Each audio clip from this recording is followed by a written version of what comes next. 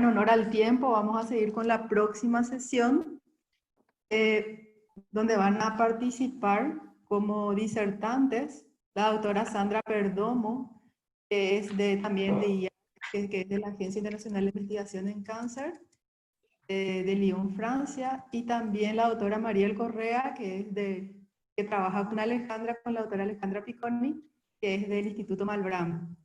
Quien va a estar coordinando esta mesa es la doctora Alicia Pomata. Les pido por favor a todos que vayan prendiendo sus cámaras. Alejandro, por favor. Y me gustaría presentarle brevemente a la doctora Alicia Pomata. Ella es médica patóloga del INCAM, que es el Instituto Nacional de Cáncer de Paraguay, máster en Biología Molecular del Cáncer por el Centro Nacional de Investigaciones Oncológicas en España, y es actualmente la directora del Programa Nacional de Control en Cáncer, donde actualmente realiza actividades de elaboración de planes y políticas públicas para el tamizaje y detección precoz del cáncer, la elaboración de normativas, rectoría, abogacía para las buenas prácticas en el tratamiento del cáncer y cuidados paliativos, y la elaboración de guías y protocolos de tratamiento del cáncer. Seguimos con las palabras de la doctora Alicia, quien va a presentar a los disertantes. Muy buenos días, gracias doctora Laura. Buenos días a los distinguidos disertantes, a nuestros miembros de la mesa de discusión y también a todos los participantes de esta sesión.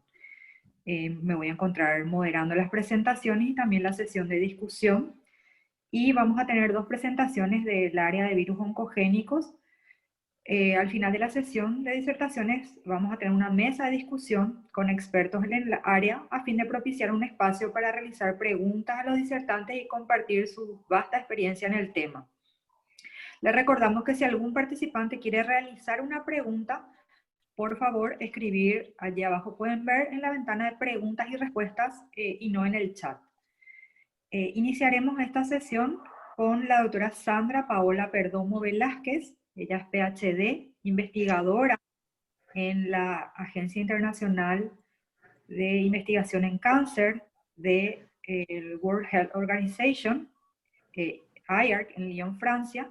Tiene una amplia experiencia en epidemiología genómica de cáncer, con un interés particular en cánceres con tasas de incidencia y mortalidad diferencial en Latinoamérica, y actualmente está trabajando en proyectos sobre cáncer de cabeza y cuello y síndrome de cáncer de mama y ovario hereditarios.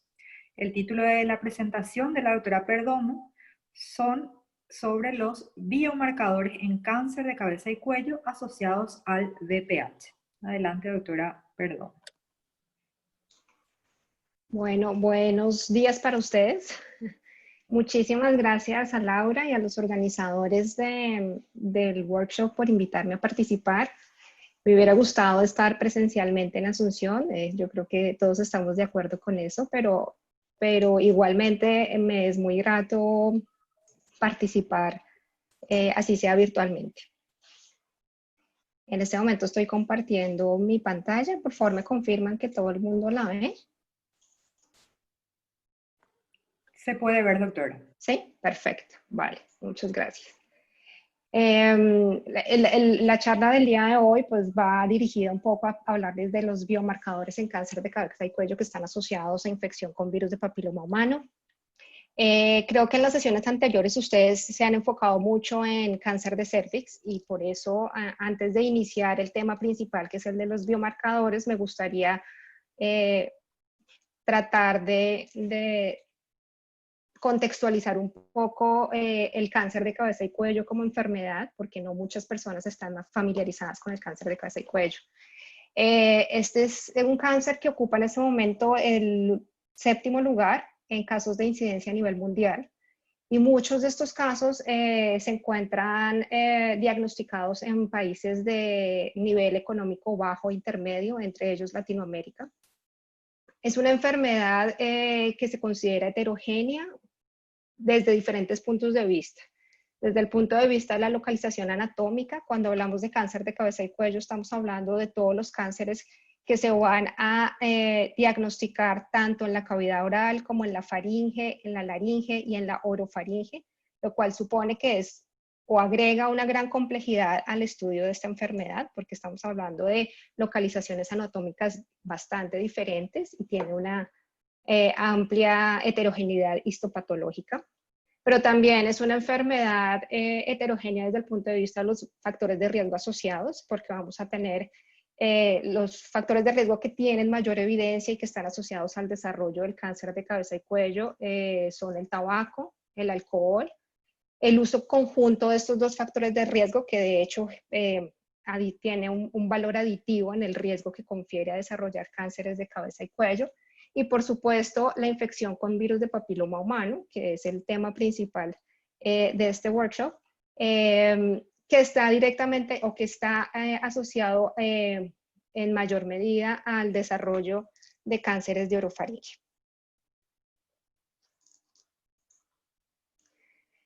En Latinoamérica es una de las regiones que tiene una alta incidencia de cáncer de cabeza y cuello, a pesar de que no se encuentra, digamos, dispuesto en los cánceres con mayor incidencia en general. ¿Por qué? Porque en Latinoamérica todavía es muy prevalente los factores de riesgo que acabé de mencionar, consumo de alcohol, de tabaco, y ya vamos a ver lo que se conoce con respecto a la infección de virus de papiloma humano. Además, vemos que las tasas de incidencia en los últimos años no han aumentado, pero no han disminuido, siempre se han mantenido constantes, y eso hace que todavía el cáncer de cabeza y cuello sea una carga importante en la región.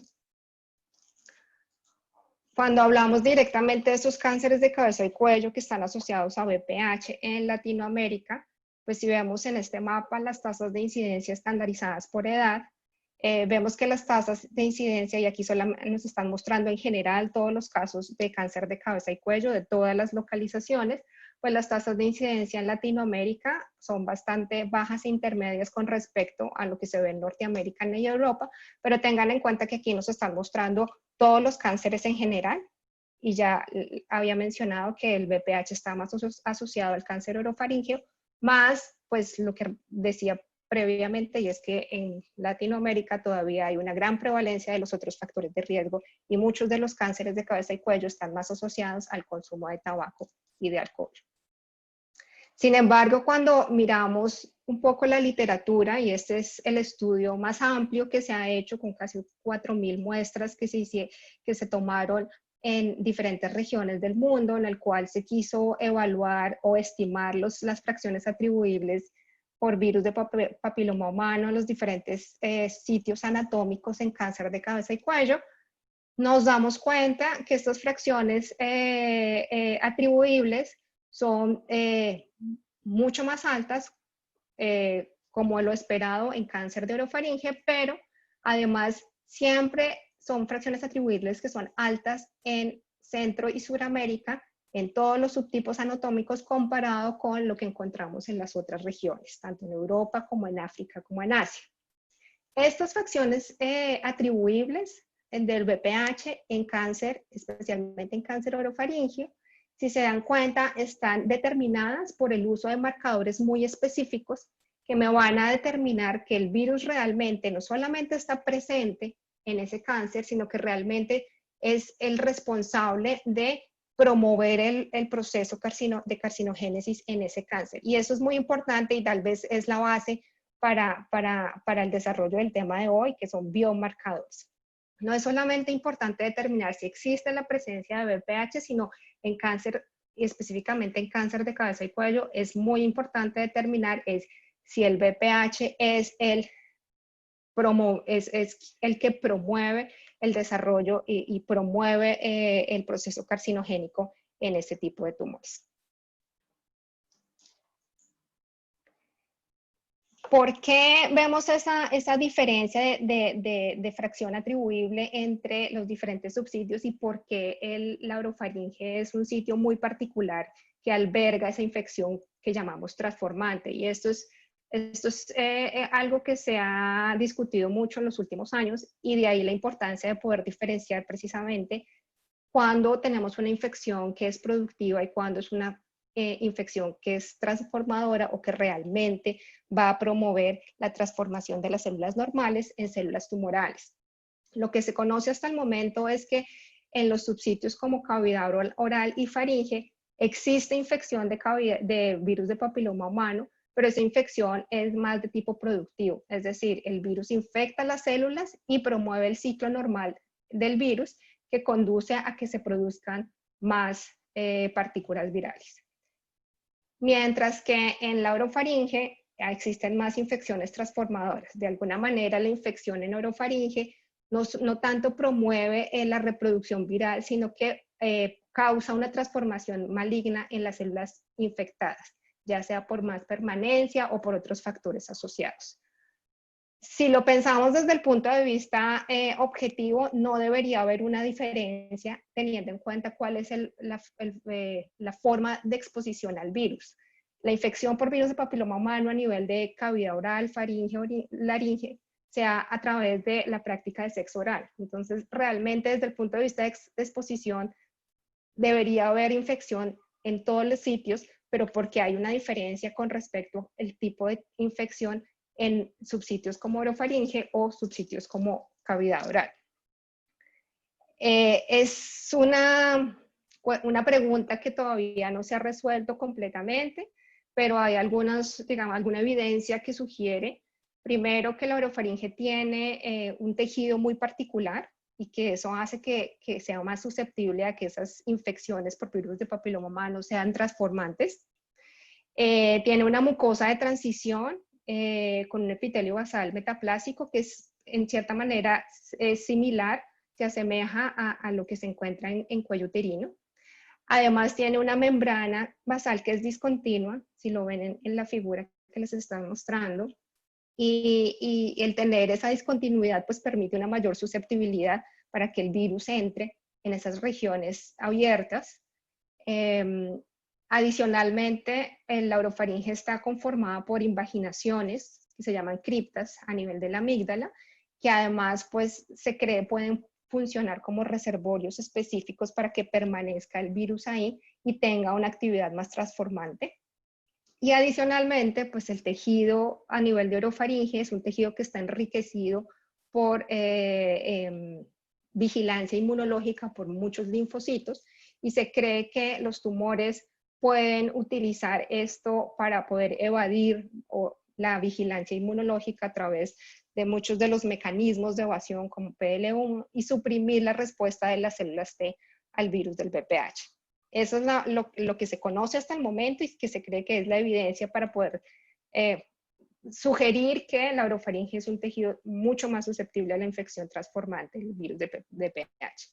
Entonces, teniendo en cuenta esto, es importante diferenciar que cuando queremos encontrar un biomarcador que sea suficientemente sensible y específico para poder clasificar esos tumores que están asociados o que están no solamente que tienen detección de VPH, pero en el cual el VPH realmente es transformante, pues tenemos que buscar cuáles son esos mecanismos de detección dependiendo del momento en el ciclo de vida del virus que vamos a detectarlo.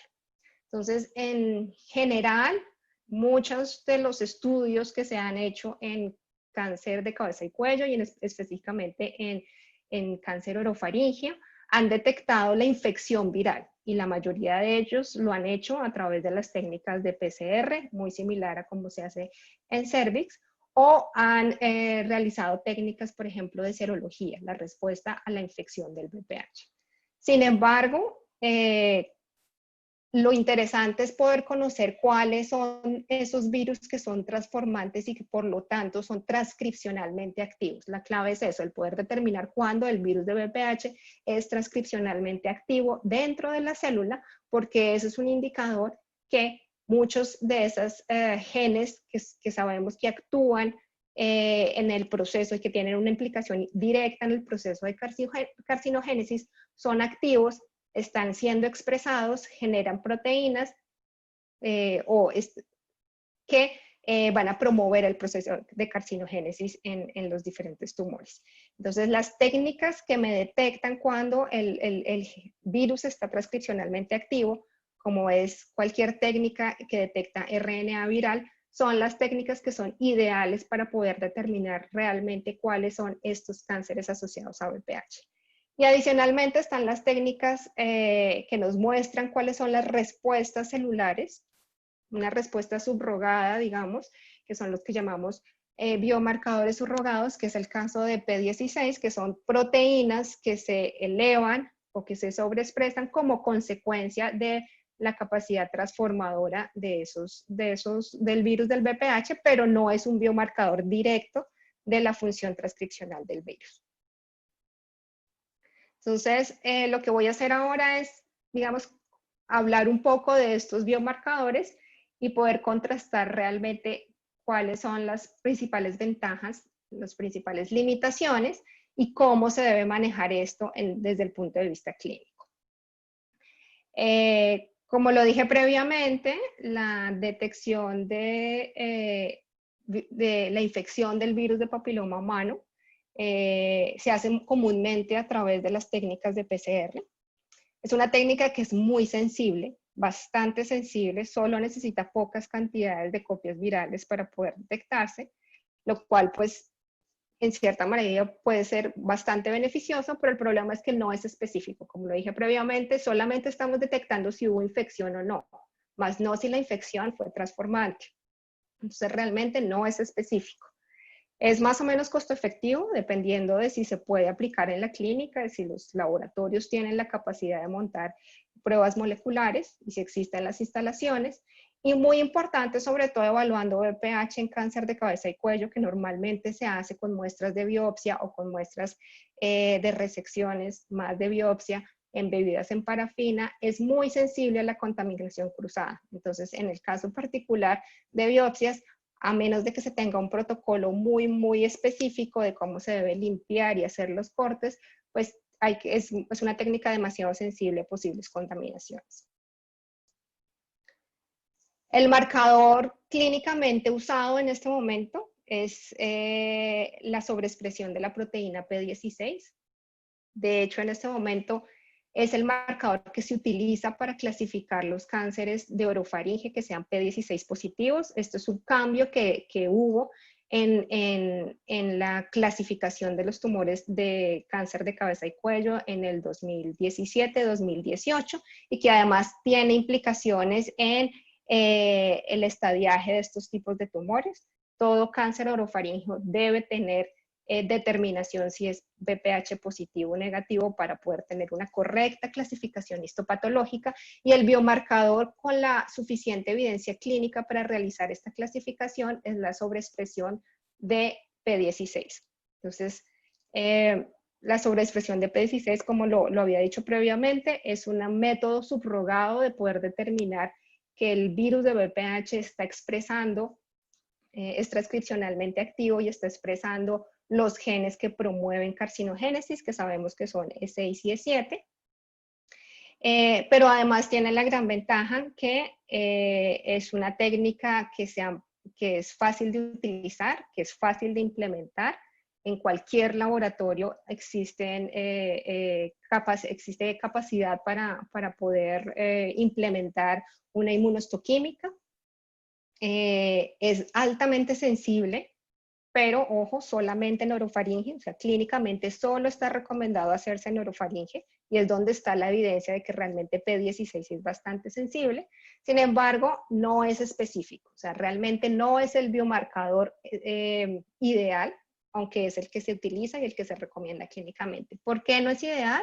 Porque como no es un biomarcador directo de la expresión o de la transcripción de los genes del virus de papiloma humano, existe evidencia que puede haber sobreexpresión de la proteína P16 en ausencia de infección de VPH. Pueden haber otros mecanismos moleculares a nivel celular que pueden promover la sobreexpresión de P16 y no necesariamente la infección de VPH. Entonces, por eso no es tan específico y es aún no el biomarcador ideal para poder determinar los cánceres asociados a VPH.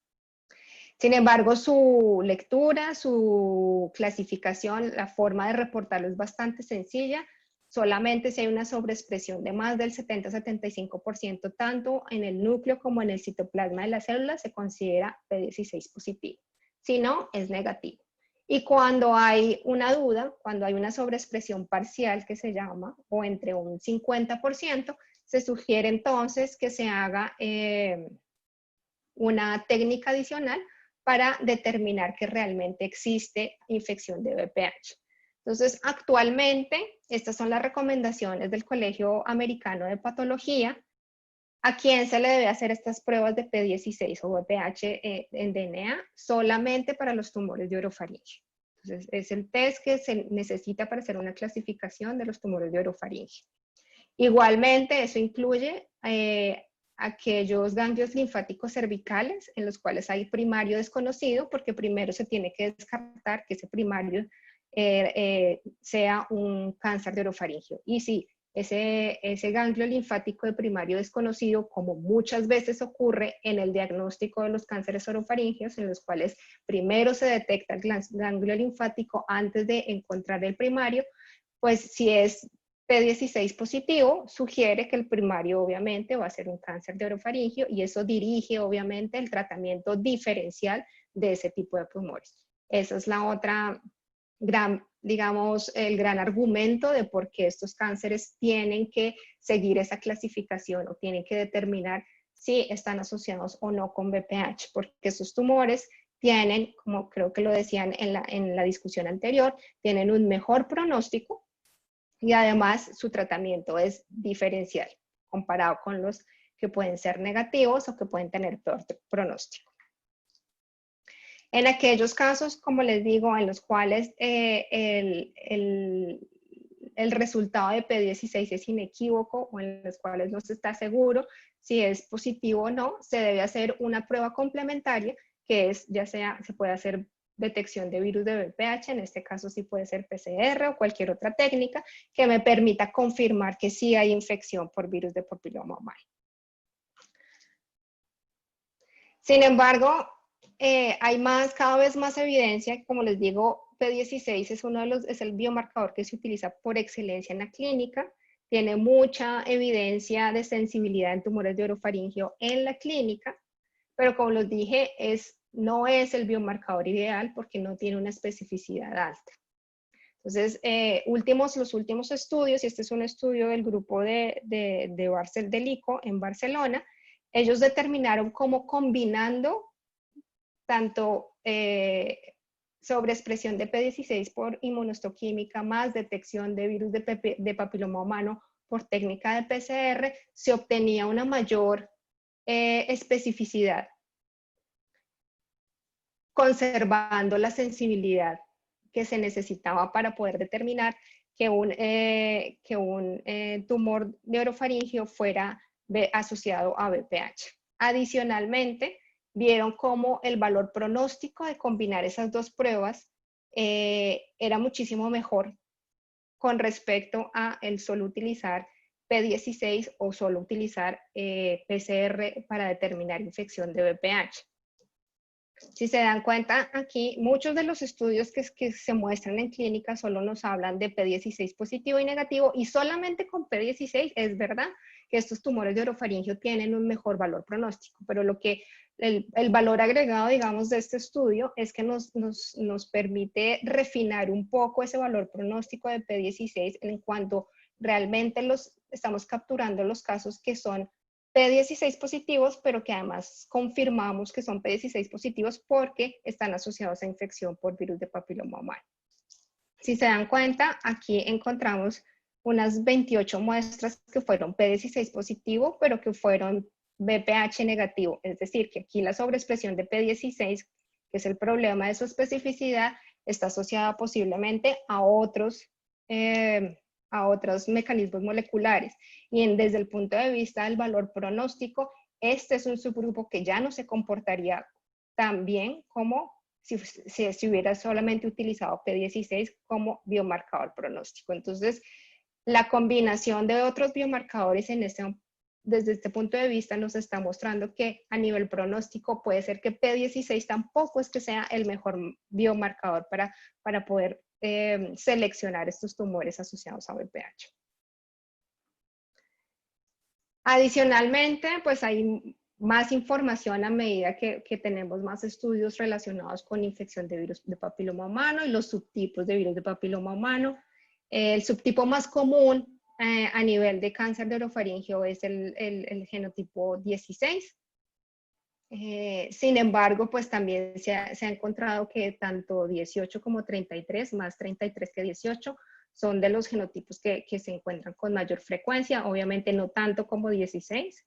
Y aquí lo señalo importante como en este artículo del 2015 en el que se hizo esta clasificación de los genotipos de VPH asociados a cáncer de orofaringe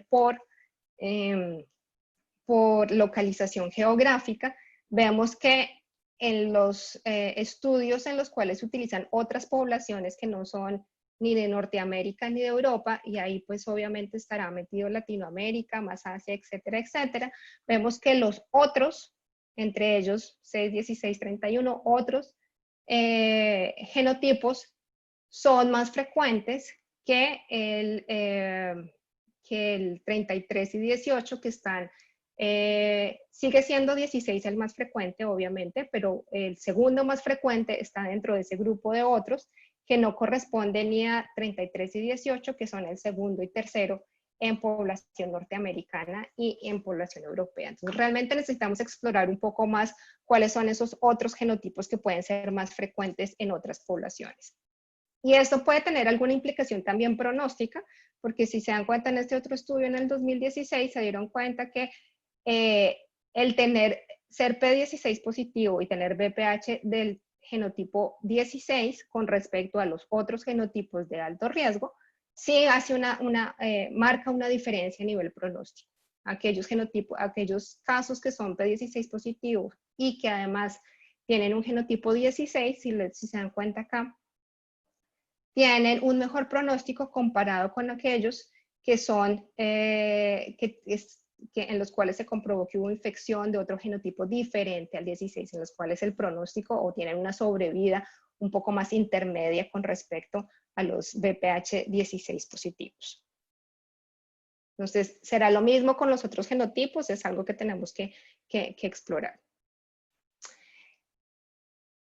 Por último, entonces, les voy a hablar de cuál sería realmente el biomarcador ideal. Como les dije, el biomarcador ideal sería la forma de determinar directamente que el genotipo, que el virus realmente es transcripcionalmente activo, y a través de eso, pues se tiene que hacer a través de determinación de RNA viral. Y en este momento existe una técnica que se denomina RNA-ish, que es una hibridación in situ, pero de RNA, que se considera en este momento y en las últimas reuniones de los grupos de patología como el posible gol estándar de las muestras de VPH para determinar que es transcripcionalmente activo. Es una técnica que es altamente específica y sobre todo de integración viral. Tiene una sensibilidad limitada dependiendo del número de copias virales. Todavía no se ha podido evaluar si es costo efectivo y si realmente se puede implementar en la clínica, porque solo hay una compañía que digamos que produce esta técnica, pero lo importante es que es de baja complejidad porque utiliza básicamente, es una inmunohistoquímica, utiliza los mismos reactivos y la misma forma de evaluación que una inmunohistoquímica, pero determinando y directamente su diana es el RNA viral. Entonces, surge como una de los posibles gol estándar ahora para poder determinar y poder implementar a nivel clínico.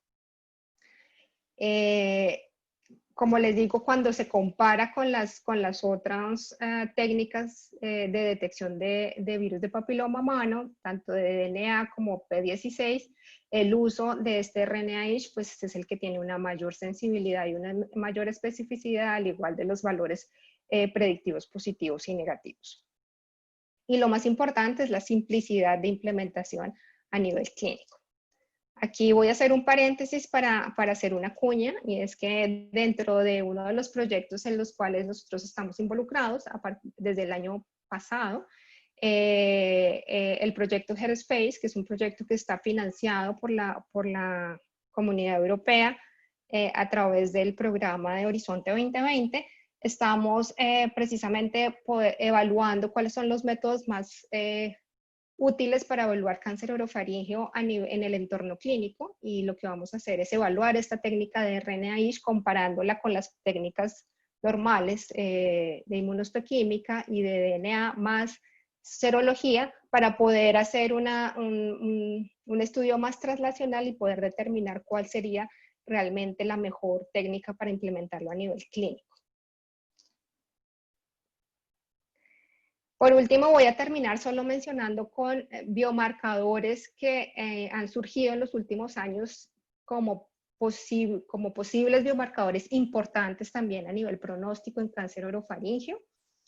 Uno de ellos es poder evaluar la integración del virus de papiloma humano en los tumores. Hay evidencia que, a diferencia de cáncer de cuello uterino, en cáncer de cabeza y cuello, el virus se puede encontrar tanto en forma episomal como en forma integrada. No necesariamente tiene que estar en forma integrada para ejercer su acción, digamos, carcinogénica. Pero se ha visto que realmente cuando se integra de manera muy aleatoria, ocurren alteraciones de número de copias, pueden haber reordenamientos con el genoma del huésped, y en general se ha evidenciado que la detección de la integración del virus a nivel del tumor, pues puede ser un posible factor pronóstico, puede ser de ese grupo grande de cánceres orofaringios de VPH positivos que normalmente decimos que tienen un pronóstico más favorable. Es posible que ese factor necesitemos ese grupo diseccionarlo un poco, y no todos esos cánceres orofaringios VPH positivos puedan tener un mejor pronóstico, sino que va a depender un poco de si el virus está integrado o no, o como lo vimos anteriormente, de si existe un genotipo particular o no. Y por último, uno de los últimos biomarcadores que tiene un potencial importante, sobre todo para una implementación en detección temprana y en el monitoreo de la enfermedad, es la detección de VPH en DNA circulante, tanto en plasma como en saliva. Aquí les muestro un poco los últimos estudios que se han hecho, sobre todo en plasma, en los cuales nos muestran que la detección de VPH en plasma es muy sensible y es muy específica. Esto pues sobre todo para implementación clínica y para adelantar el diagnóstico y no tener que esperar hasta que los pacientes puedan tener una biopsia o una resección o incluso cualquier tipo de diagnóstico, pensando también en aquellos casos que son primarios ocultos, y también con un gran potencial para monitoreo de esos pacientes, porque se ha visto que la detección de virus de papiloma humano en cáncer de orofaringio post quirúrgico o post tratamiento, normalmente radioterapia, pues puede ser un biomarcador importante de detección, por ejemplo, de recurrencias tempranas, comparado con los métodos clínicos normales de imagen, cómo se hace el seguimiento de estos pacientes. Para terminar, solamente invitarlos para aquellas personas que quieran participar del estudio Headspace, seguirnos si quieren conocer más de este estudio. Es un estudio que inició el año pasado, pero estamos abiertos a tener nuevos participantes. Entonces, les dejo aquí un poco las páginas, la página web y las redes sociales para que conozcan un poco más del estudio. Muchas gracias por su atención y quedo atento a sus preguntas.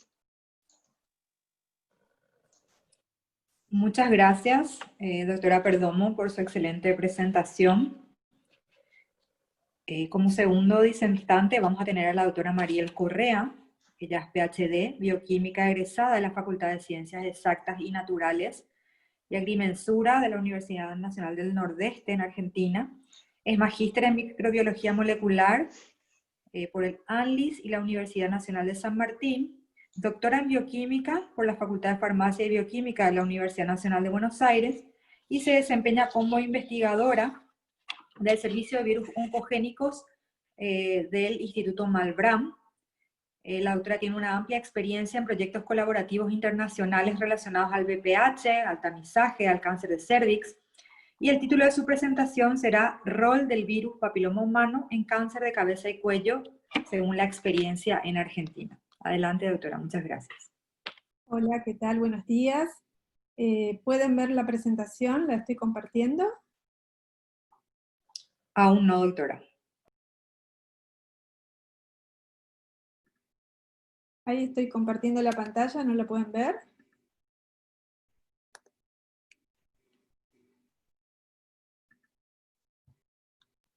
No, doctora, todavía no estamos pudiendo ver. A ver, déjame que vea así.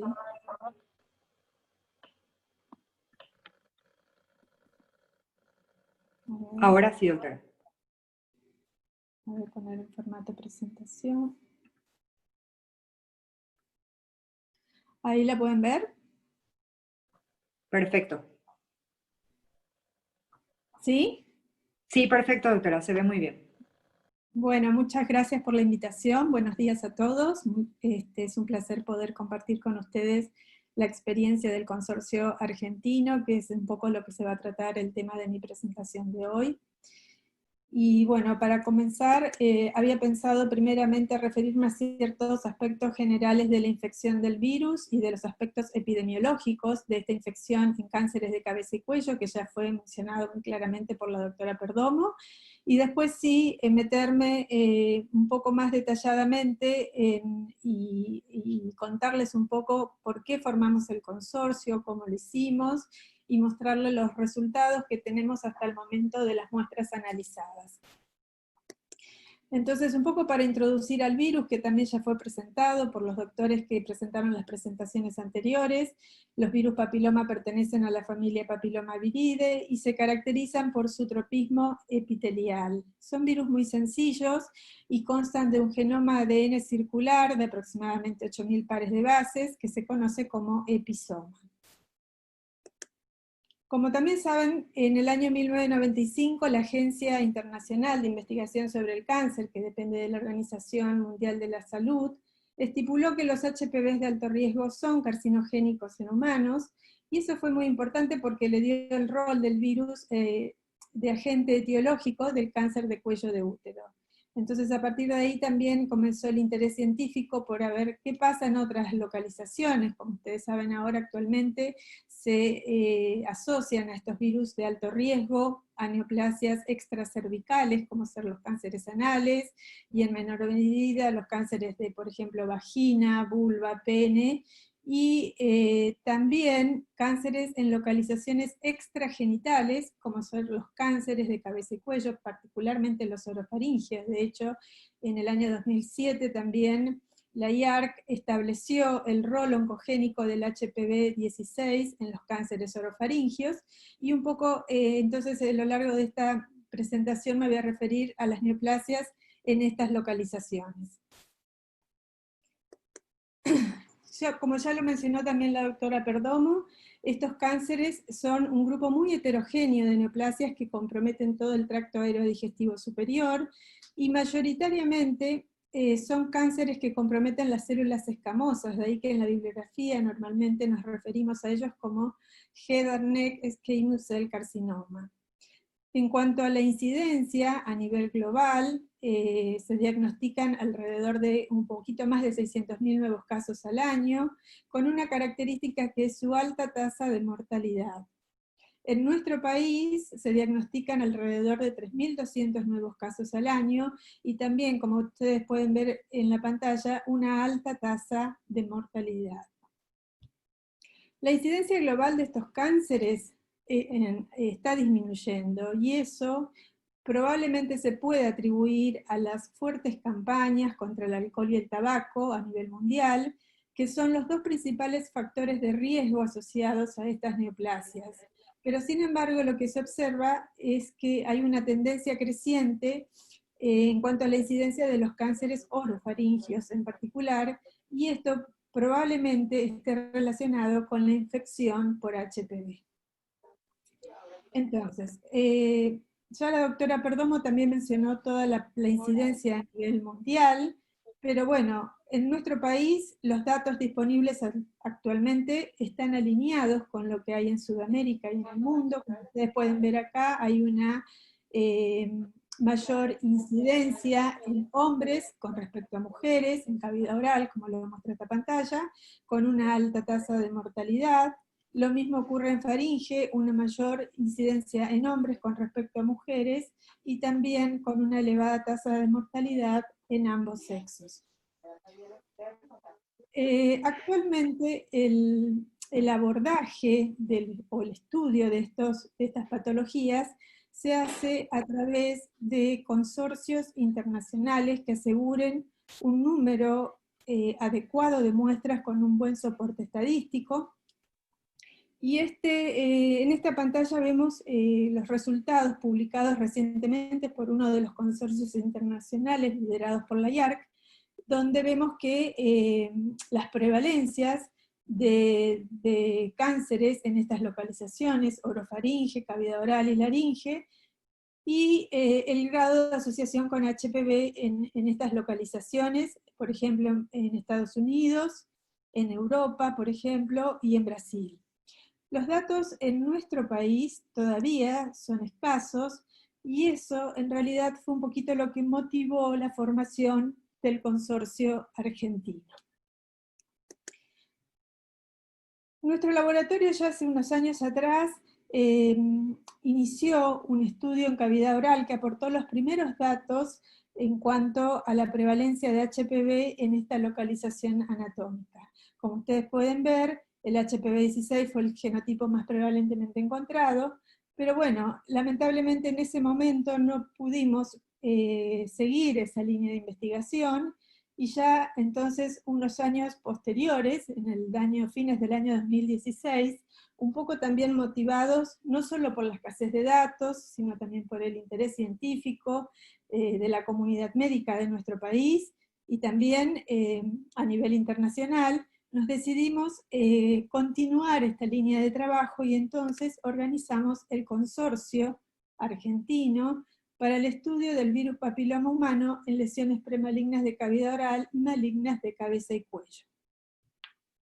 En realidad, el objetivo que nos planteamos fue ampliar el conocimiento de la infección por HPV en las localizaciones anatómicas comprendidas en la cabeza y el cuello, especialmente cavidad oral, laringe y orofaringe.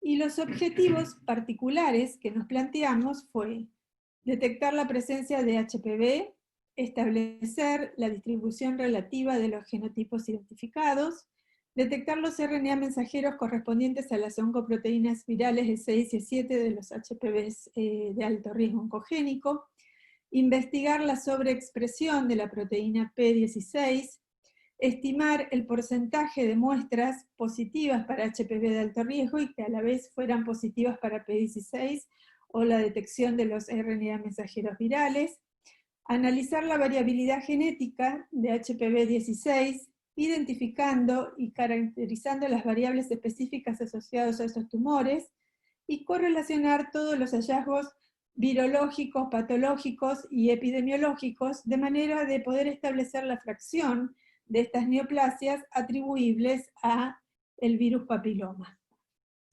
Entonces, este consorcio nacional está organizado por nuestro laboratorio y está formado por diferentes médicos de diferentes disciplinas, otorrinos, cirujanos, patólogos, también odontólogos, estomatólogos, virólogos y epidemiólogos, pertenecientes a diferentes instituciones de nuestro país, que las voy a nombrar muy brevemente: la Federación Odontológica de la Provincia de Buenos Aires, los hospitales Muñiz, Curí, el Hospital de Clínicas, el Hospital Tornú y el Centro de Patología Elsner de la Ciudad de Buenos Aires, la Facultad de Odontología, dependiente de la Universidad de Buenos Aires, también hospitales públicos de diferentes localidades del interior de la provincia de Buenos Aires, como ser el Hospital Evita,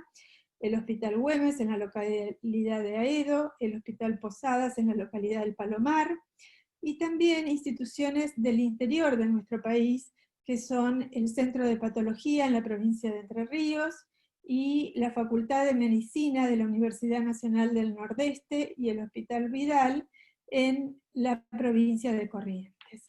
Bueno, la formación de este consorcio en realidad lo que nos permite o nos va a permitir es acceder a un número de muestras adecuado, con un poder estadístico importante y en un tiempo acotado, ¿no?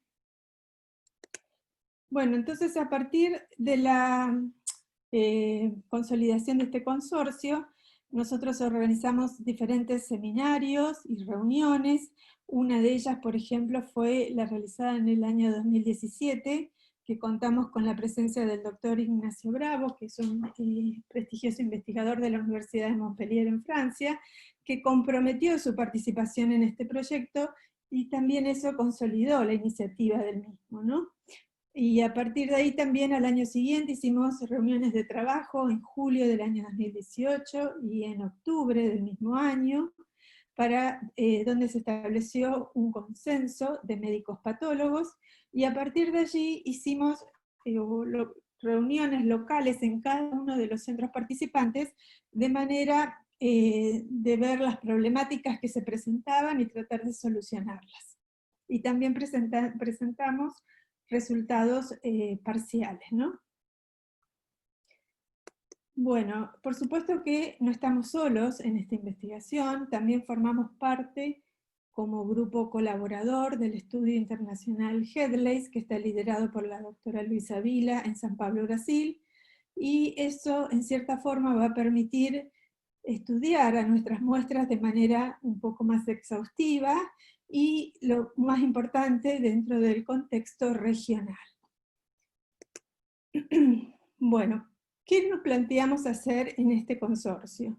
Nosotros planteamos un estudio transversal de tipo retrospectivo que incluye pacientes adultos mayores de 21 años, hombres y mujeres, que están diagnosticados con carcinomas de células escamosas de cavidad oral, laringe y orofaringe, diagnosticados en los últimos 10 años.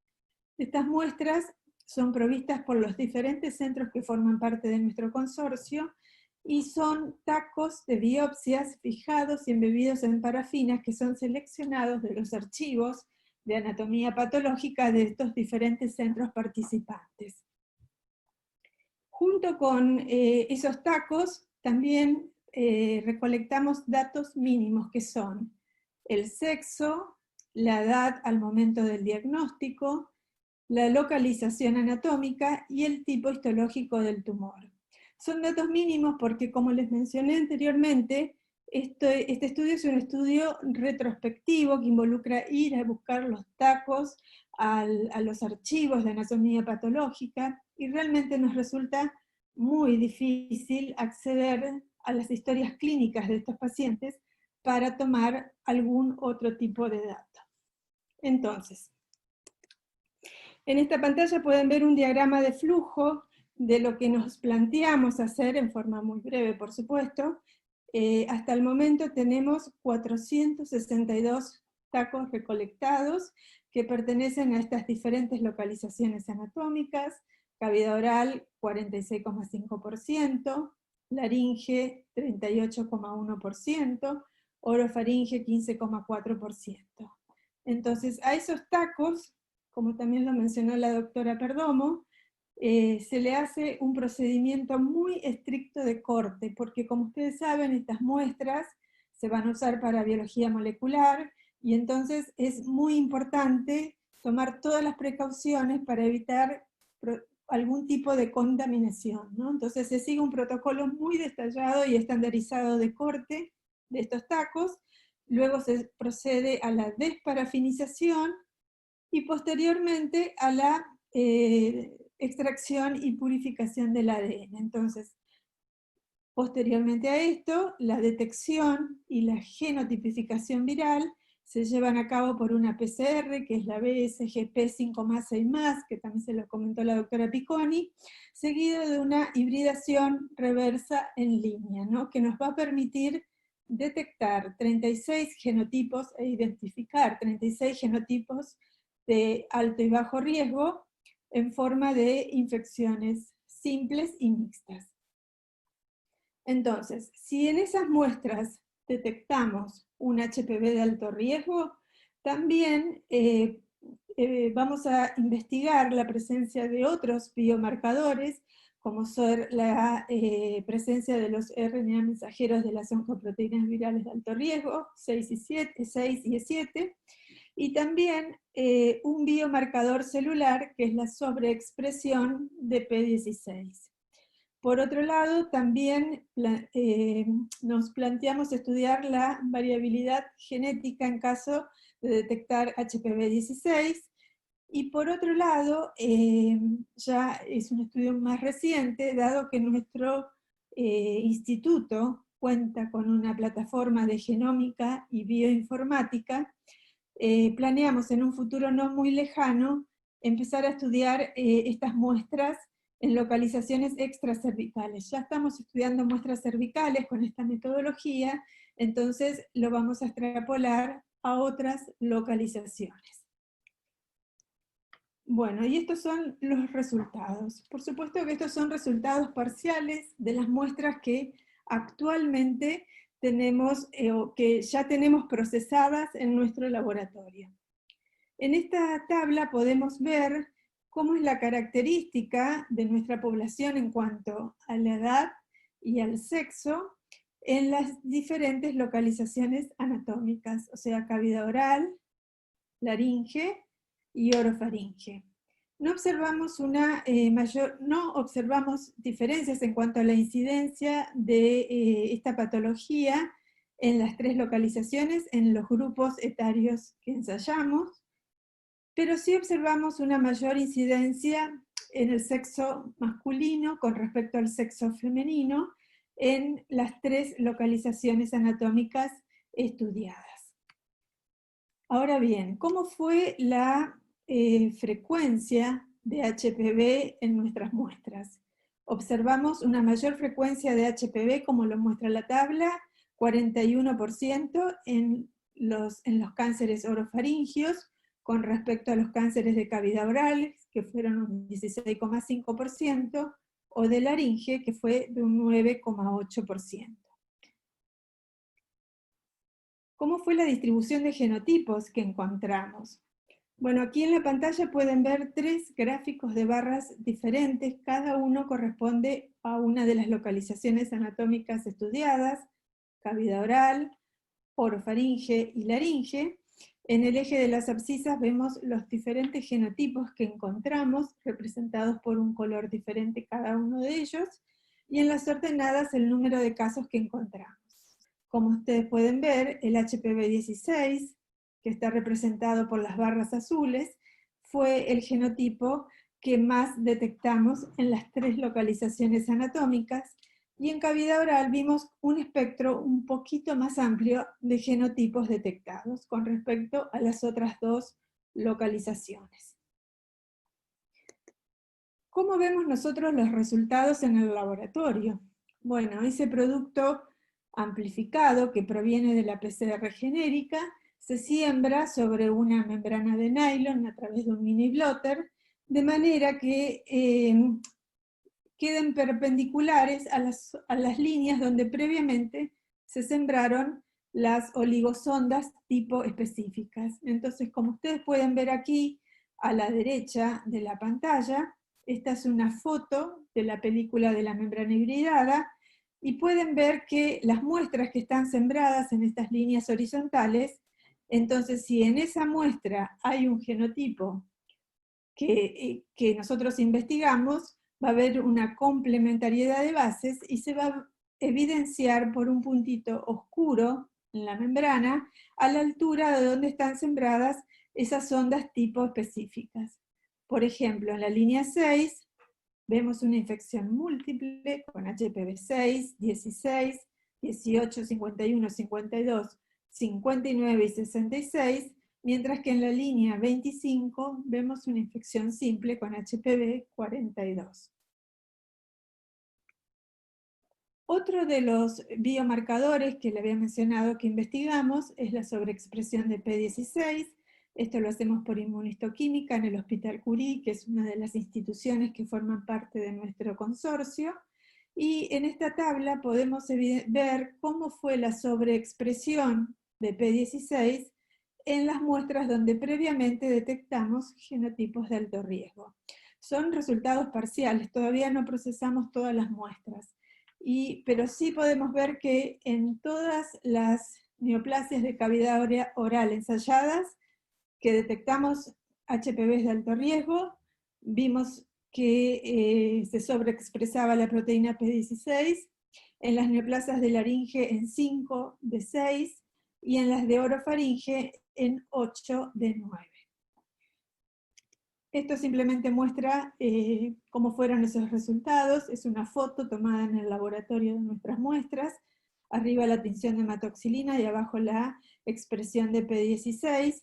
Y como pueden ver a la izquierda de la pantalla, vemos un caso positivo, un carcinoma escamoso, HPV relacionado, con un patrón de P16 nuclear y citoplasmático en el 100% de las células, y a la derecha vemos un carcinoma escamoso no HPV relacionado, donde las P16 se expresa en células aisladas. Como también lo comentó la doctora Perdomo, para que sea considerado positiva esa sobreexpresión, debe estar en más del 70% de las células tumorales. Entonces, ¿cuáles fueron o cuáles son hasta el momento nuestras conclusiones? Los los cánceres de cabeza y cuello son un tema de interés para las autoridades de salud pública por su elevada mortalidad, y en nuestro país hay todavía muy escasa información sobre esta neoplasia y su asociación con este virus, y eso fue entonces lo que estimuló un poco la iniciativa de este estudio.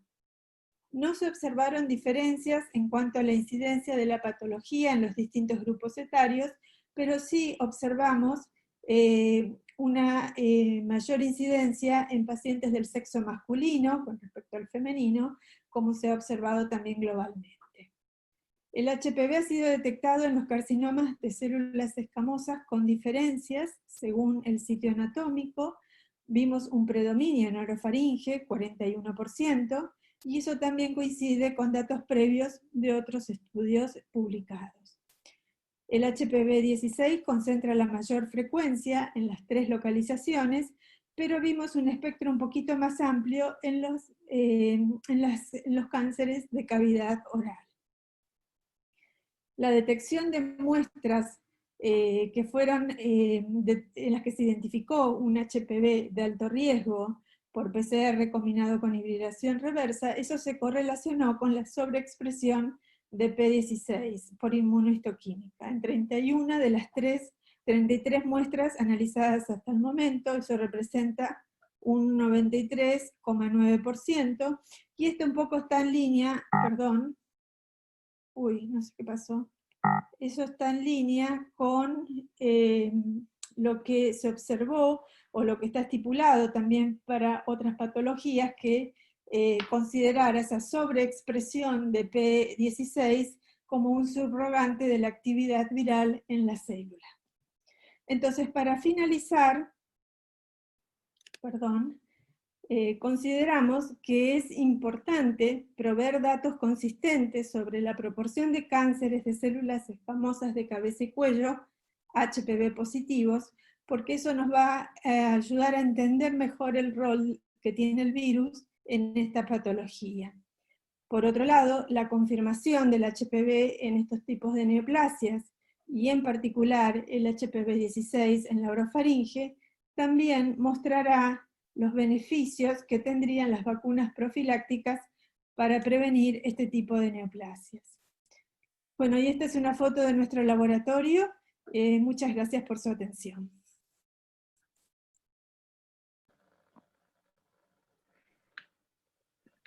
Agradecemos a la doctora Correa por su presentación. Muchas gracias, doctora. A continuación iniciaremos la mesa de discusión, donde les recordamos que si tienen preguntas lo hagan en el apartado de preguntas y respuestas que tienen en su aplicación. En la mesa de discusión me acompañan Adriana Valenzuela, ella es bioquímica, docente e investigadora del Instituto de Investigaciones en Ciencias de la Salud, es máster en Ciencias Biomédicas y actualmente es jefa del Departamento de Salud Pública del Instituto de Investigaciones en Ciencias de la Salud. La línea de investigación sobre HPV y coinfecciones asociadas a poblaciones de riesgo. También el doctor José Ortiz, que es médico de la cátedra y el servicio de otorrinolaringología del Hospital de Clínicas, de la Facultad de Ciencias Médicas de la Universidad Nacional de Asunción, y trabaja en la detección precoz de cánceres de cabeza y cuello. También me acompaña la doctora Laura Mendoza, máster de la Universidad de San Pablo, Brasil, PhD por la Universidad de la República de Montevideo, Uruguay. El área de trabajo de la doctora Mendoza es virología molecular, es docente e investigadora de tiempo completo del ICS también, en el Departamento de Salud Pública, investigadora categorizada a nivel 2, Premio Nacional de Ciencias 2014, y su área de trabajo es cánceres asociados a virus del papiloma humano, en lo que respecta a caracterización molecular del virus, biomarcadores, tamizaje y triage de cáncer de cuello uterino. Entonces queda abierta la sesión de discusión. Si alguien precisa hacer una pregunta, puede levantar la mano presionando en el icono y vamos a intentar responder todas las preguntas de manera verbal. Si no queda tiempo, entonces trataremos de responder de manera escrita. Iniciamos esta sesión de preguntas. Quería hacer algunas consultas sobre las metodologías, sobre los biomarcadores que se están analizando aquí en la parte de detección de estas lesiones. Está el doctor José Ortiz, que como le presentó la doctora, está en la cátedra de otorrino, que va a poder dar también algunos datos de lo que se está haciendo aquí en Paraguay. Y con respecto a los biomarcadores que presentaron, por ejemplo, como Sandra estaba mencionando, la doble detección de HPV positivo seguida de P16 da mejores resultados en la especificidad. Y en el marco de repente de qué es lo que podemos nosotros hacer en nuestros países, que muchas veces no tenemos mucho financiamiento, ¿verdad? Para la mejor orientación que uno le pueda dar a estos pacientes. Entonces, quería discutir un poco de eso, ¿verdad? Y también con respecto al algoritmo que presentó Mariel, ¿verdad? De repente hacer una tipificación primero, los positivos, ¿verdad? Hacerle un P16, que sería factible, y después hablar un poco sobre la técnica de detección de RNA mensajero, que habían mencionado, ¿verdad? Que tiene muy buenos resultados. Como Sandra mencionó, es detección de RNA mensajero de 6 y 7, y Mariel estaba hablando también de detección de RNA mensajero de 6, entonces un poco discutir también esas diferencias, de repente qué es más factible. ¿Se podrían comentar al respecto? Por favor. Sí, yo había comentado algo de los RNA mensajeros de E6 y E7, es lo que planteamos hacer en nuestro trabajo. Todavía no tenemos resultados para mostrarlos, esperamos que quizás para fin de año ya podamos tener los primeros resultados para poder compartirlos. Y en relación un poco a lo que vos decías de la factibilidad de hacerlo, eso va a depender, por supuesto, de cada lugar. Nosotros lo hacemos dentro de un contexto de un estudio de investigación, ¿no? No es para uso clínico, eso quizás Sandra puede explicarlo mejor, pero bueno, como lo decía Sandra recién en su presentación, también hay un algoritmo del Colegio Americano de Patólogos, pero nosotros en nuestro estudio en particular evaluamos realizar primero la detección viral y luego la P16, pero porque así está proyectado nuestro estudio de investigación, ¿no? No sé si eso responde a tu pregunta. Sí, pero con respecto de repente a la sensibilidad, especificidad, comparando la detección de ambos, de E6 y E7, con la técnica que estaba hablando Sandra, ¿verdad? Que estaba ella de repente aconsejando, ¿verdad?, de hibridación del RNA con respecto, ¿ustedes están haciendo esa detección o piensan con RNA mensajero de E6? ¿Por qué técnica? No, nosotros no tenemos evaluado hacer esa determinación. Nosotros hacemos una extracción del RNA viral total en realidad con un equipo comercial, y luego después de una RT-PCR hacemos la detección con la metodología de Luminex. Ese es nuestro planteamiento en el estudio de investigación, ¿no? Vale, para comentar un poco, estoy de acuerdo con la respuesta de Mariel, o sea, desde el punto de vista clínico, no se puede olvidar que la evidencia del biomarcador para clasificar a los tumores de orofaringio es la inmunohistoquímica de P16. Ese es el algoritmo que está validado y que tiene una sensibilidad importante para orofaringio. Sin embargo, con los datos que les mostré y que ya les sabemos que ideal sería tener P16 más VPH-DNA, en los laboratorios en los que se puede hacer, se sugiere. Lo que pasa es que, por eso les decía, la inmunohistoquímica es una técnica que es muy fácil de implementar y que prácticamente todos los laboratorios de patología lo tienen, a diferencia de las técnicas moleculares, así sea solo PCR, pero no todos los laboratorios tienen implementado eso. Entonces, por eso se sugiere solamente utilizar P16, pero la combinación de los dos sería realmente la forma ideal de poder clasificar todos los orofaringios, porque realmente solamente hay evidencia clínica para orofaringio. Y con respecto al biomarcador ideal, que sabemos que es RNA, pues la técnica que yo que les mostré, que se llama RNA-ISH, digamos que surgió como una forma de poder facilitar la evaluación de RNA viral en el campo clínico, porque pues RNA, siempre que se trabaja con RNA, todos los virólogos o los moleculares lo saben, siempre es más complicado, es más complejo, hay todos los problemas de degradación, y nuevamente, no todos los laboratorios en los contextos de países de bajos y medianos ingresos tienen la capacidad de implementar, ni que tienen los reactivos, etcétera, etcétera. Entonces, siempre genera es mucho más complejo utilizar RNA. La ventaja del RNA-ISH es que utiliza sondas de los genes E6 y E7 que se hibridan para los diferentes genotipos de alto riesgo. Tiene, creo que son 8 genotipos de alto riesgo alto, no solamente 16, sino muchos otros, e hibrida directamente sobre el tejido, de la misma manera como podría suceder en una inmunohistoquímica, pero está hibridando RNA. Y se evalúa de manera también como una tinción. Entonces, permite el poder implementarlo de una manera un poco más asequible porque utiliza los mismos reactivos de una inmunohistoquímica y los mismos equipos que se necesitan para una inmunohistoquímica. La dificultad en este momento es que solamente hay un único laboratorio que es el que provee esos reactivos, entonces pues está un poco, digamos que monopolizado, pero en la medida en que nosotros demostremos que pueda ser más factible, pues puede haber más facilidad de comercialización en otras instancias más clínicas y no solamente a nivel de investigación.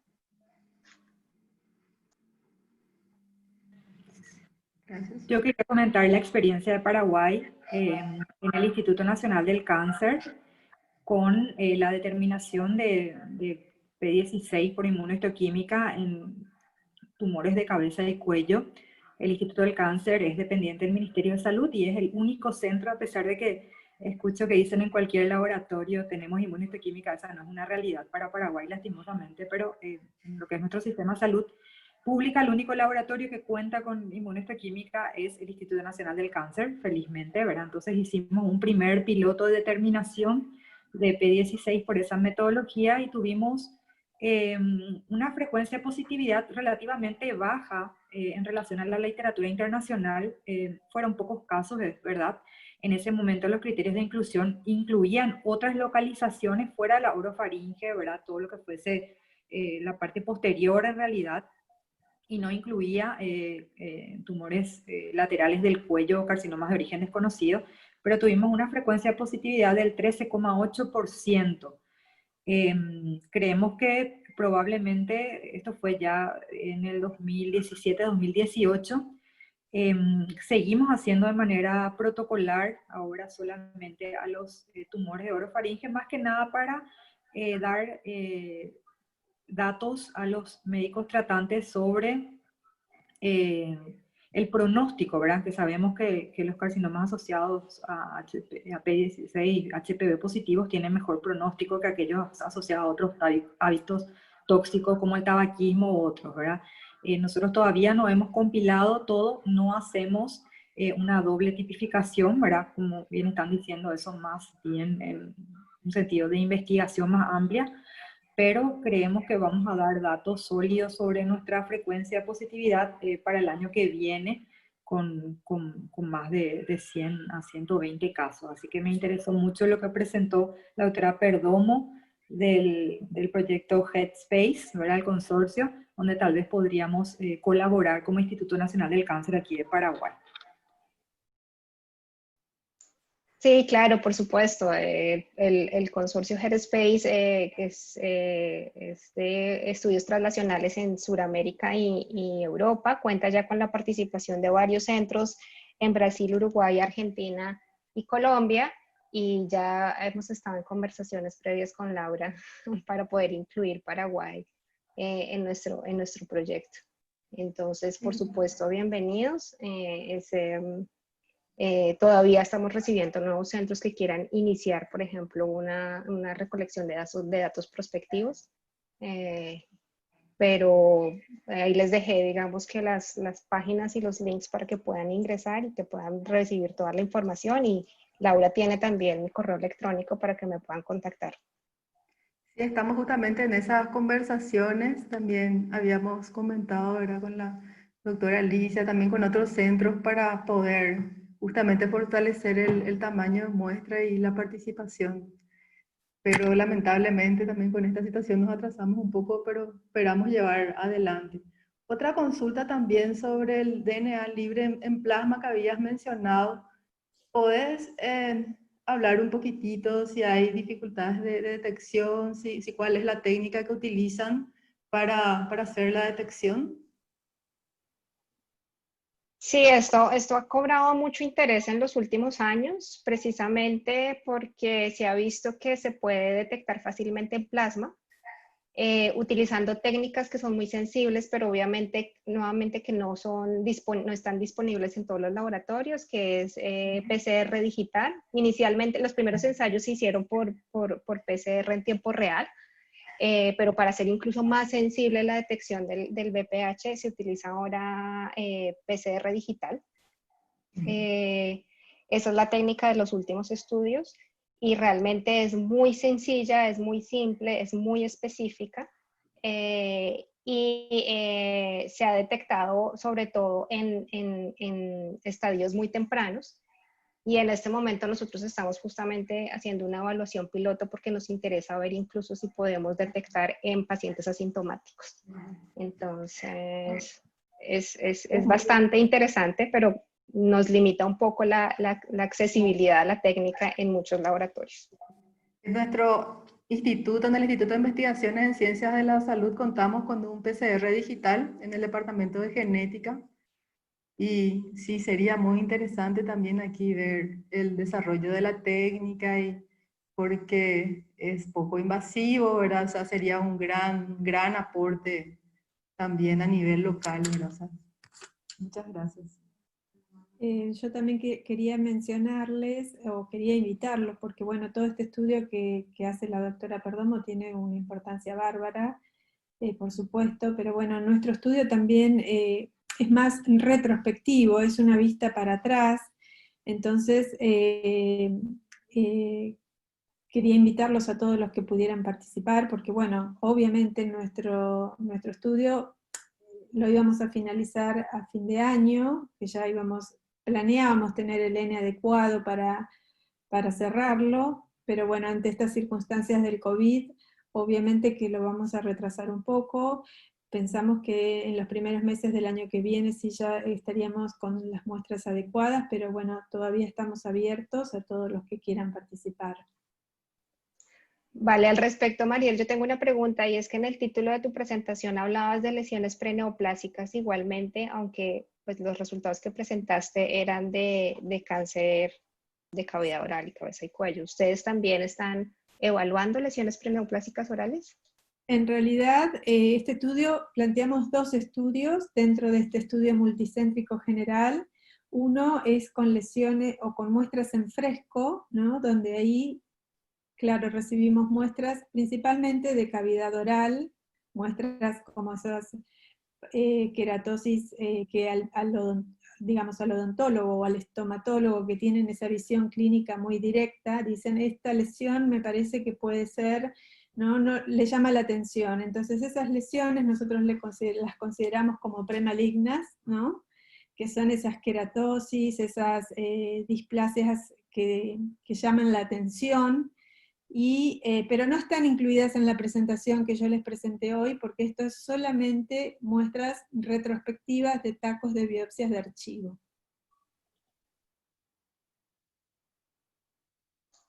Gracias. No, es por un interés personal. También tengo un pequeño proyecto de lesiones preneoplásicas orales, que también lo habíamos discutido en algún momento con Laura.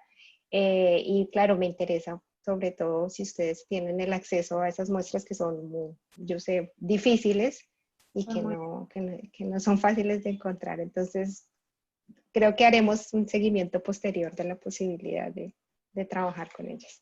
Gracias.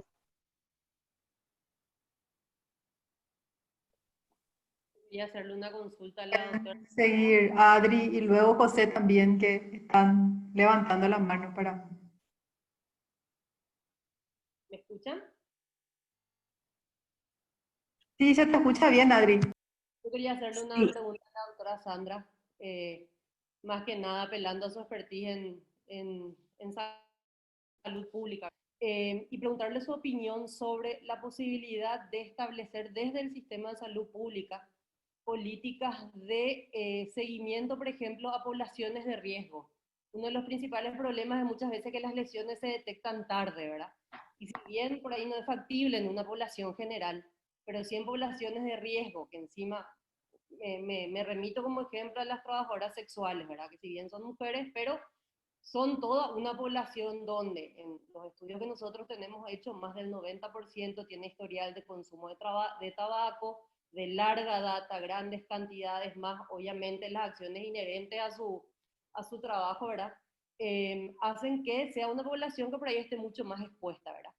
Y veía, por ejemplo, que la Sociedad Española de Cirugía de Cabeza y Cuello recomendaba que desde los sistemas de salud se establezcan políticas de seguimiento a estas poblaciones para detectar de manera temprana las lesiones, ¿verdad? Entonces quería saber su opinión al respecto, ¿verdad? Si le parece que podría ser una buena política, ¿verdad? Porque ellos recomendaban, de hecho, exploración médica, ¿verdad? Que por ahí podría ser útil para ello, ¿verdad? Entonces, más que nada, esa era mi pregunta. Importantísima pregunta, realmente.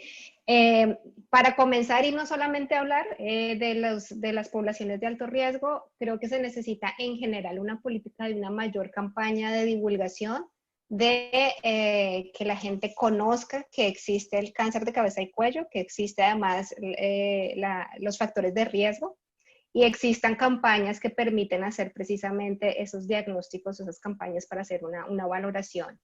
Es diferente en orofaringeo, pero en cáncer de cavidad oral, cuando uno habla con los cirujanos, es increíble como una persona, son lesiones que realmente son visibles, que es fácil de ver, que son fáciles de detectar, pero llegan a estadios tan avanzados que es imposible que la gente no tenga la idea y como se dice en inglés, el awareness de que puede ser una lesión neoplásica. Entonces, creo que en términos generales tenemos un déficit de campañas para que la gente sea consciente que existe el cáncer de cabeza y cuello, de cavidad oral, y que cuáles son, y de los factores de riesgo asociados, que además son todos factores de riesgo prevenibles: consumo de tabaco, de alcohol, infección de virus de papiloma humano. En poblaciones de alto riesgo, tienes razón, en Europa, aquí en Francia también hay una campaña importante en trabajadoras sexuales en las cuales se hacen precisamente estas campañas de puestos móviles para poder hacer exámenes a nivel de cavidad oral, odontológicas, para poder hacer, digamos, unas detecciones tempranas. También hay una campaña importante en Brasil, en el Hospital de Cáncer de Barretos. Ellos tienen un programa de screening de neoplasias orales, tanto de preneoplasias como de cánceres orales, y ellos lo están haciendo en población general, pero con un enfoque también muy dirigido a trabajadores sexuales.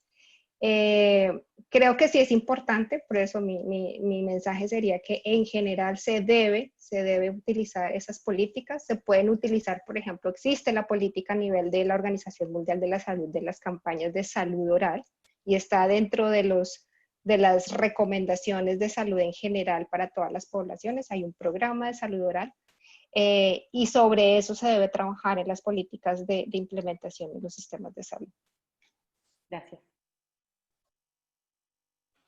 El doctor Ortiz levantó la mano. ¿Qué tal? Buen día. Sí, justamente yo también quería compartir un poco nuestra experiencia. Acá nosotros en Paraguay tenemos, o sea, nuestro diagnóstico es bastante tardío. Nosotros, y es algo que nosotros estamos llegando tarde a los cánceres de cabeza y cuello en general.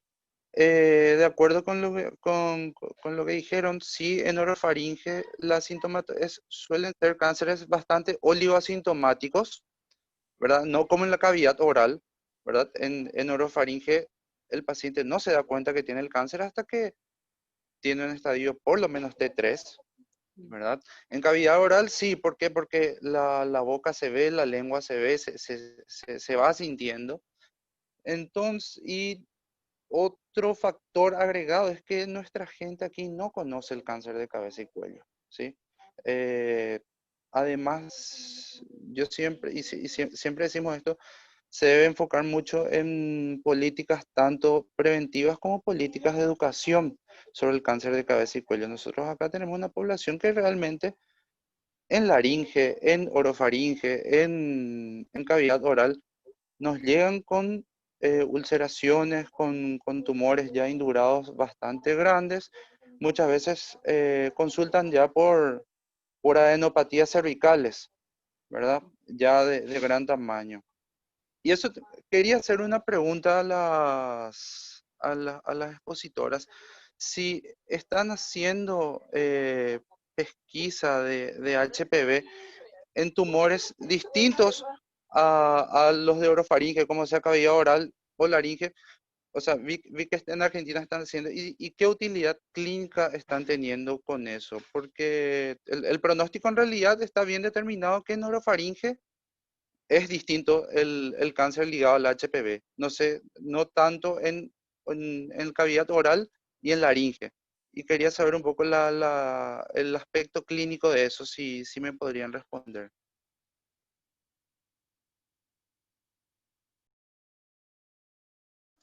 Bueno, contesto yo primero.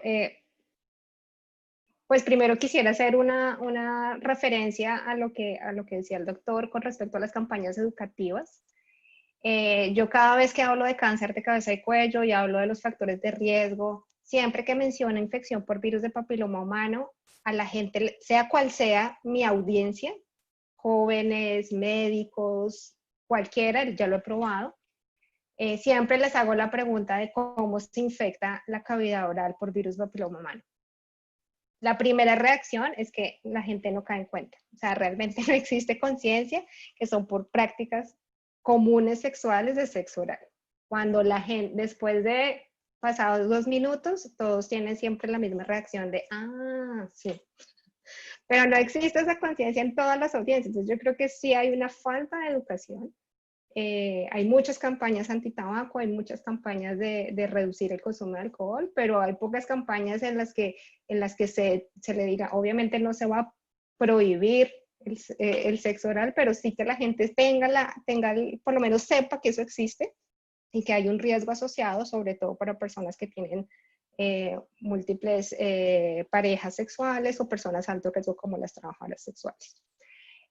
Con respecto a la evaluación, a las implicaciones clínicas de detección de BPH en otros subtipos tumorales, realmente como se ha visto que la cantidad de cánceres, sobre todo laringe, son muy, muy bajos los asociados a BPH y cavidad oral.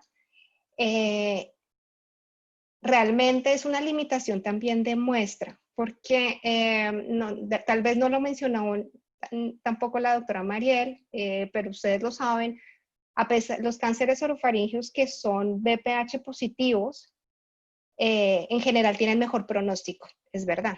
Pero ese pronóstico se limita si el si el paciente ha sido fumador. Y ese es el gran problema. La mayoría de cánceres de cavidad oral, así sean BPH positivos, lo mismo es laringe, todos los pacientes son fumadores. Entonces realmente no se ve un beneficio tampoco clínico en esos. Primero, hay menos positividad en esos subtipos de subsitios tumorales, y además la gran mayoría de pacientes son fumadores. Entonces realmente no se ve no hay ninguna evidencia clínica que haya un beneficio de que sean BPH positivos.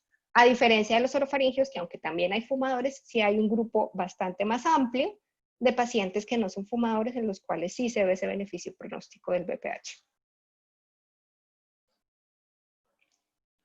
Pero yo creo que es una cuestión de números, o sea, en el momento que tengamos una muestra representativa de cáncer de cavidad oral, no fumadora, BPH positivo, ahí podríamos saber si realmente es un subtipo que se comporta más como un orofaringeo, o sea, que si realmente tenga un beneficio clínico.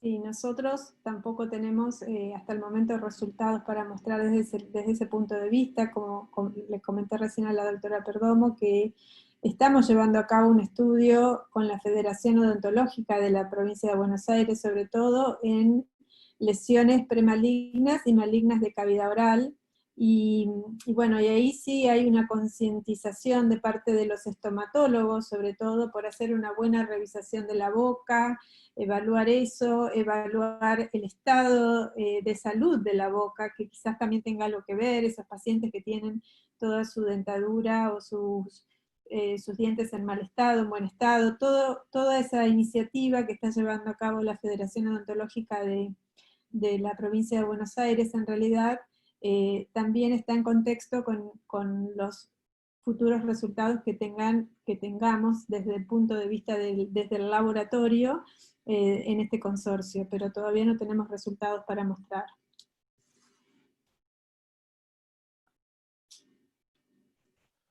¿Alguna otra pregunta? ¿Alguien que quiera aportar algún dato de valor?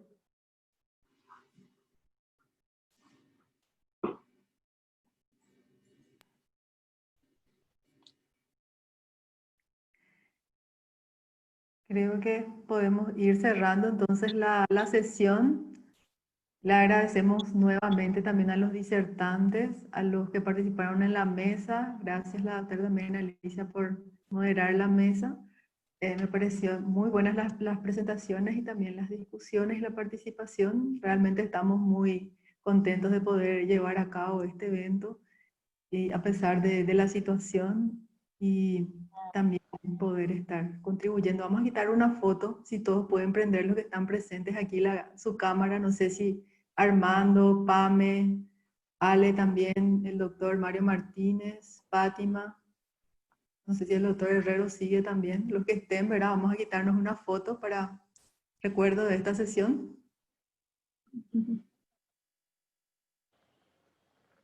¿Ya?